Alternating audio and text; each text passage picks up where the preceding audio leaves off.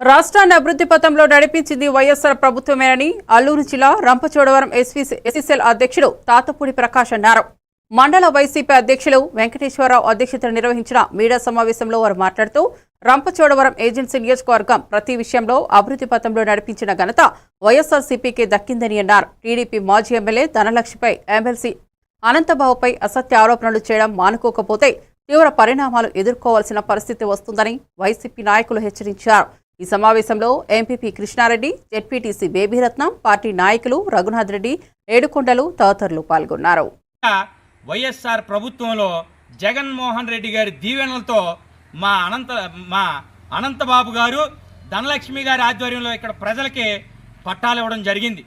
ఇదంతా అభివృద్ధిగా మీకు కనిపించకపోవచ్చు. ఎందుకంటే మీ యొక్క పాలన 12 నెలల కాలంలో ప్రతి వీధికి మద్యం ఏరులై పారే విధంగా అభివృద్ధి చెందింది తప్ప ప్రజల పక్షాన ఏ యొక్క సంక్షేమాన్ని కూడా అమలు చేసినటువంటి విధానంలో మీరు ఏ పాపాన కూడా వాటిని మాట్లాడే విధానంలో కూడా మీరు ముందుకు పోయే పరిస్థితిలో లేరు. నిన్నగాక మొన్న మీరు గ్రామానికి తిరిగే కార్యక్రమం పెట్టుకున్నారు. మీరు ఏమని మాట్లాడగలిగారు?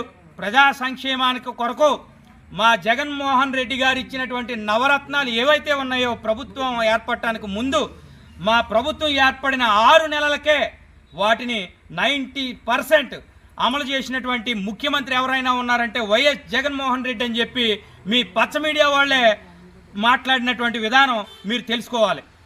ఇంకో విషయం, 12 నెలల కాలంలో 4వ స్థానానికి రంపచోడవరం నియోజకవర్గంలో అవినీతి పేరుకుపోయింది ఎమ్మెల్యే గారి పట్ల అనేటువంటిది మీ యొక్క ప్రభుత్వంలోనే మీ అధినాయకుడి దగ్గరే ఉన్నది అంటే దాన్ని కూడా మీరు గమనించుకోకపోతే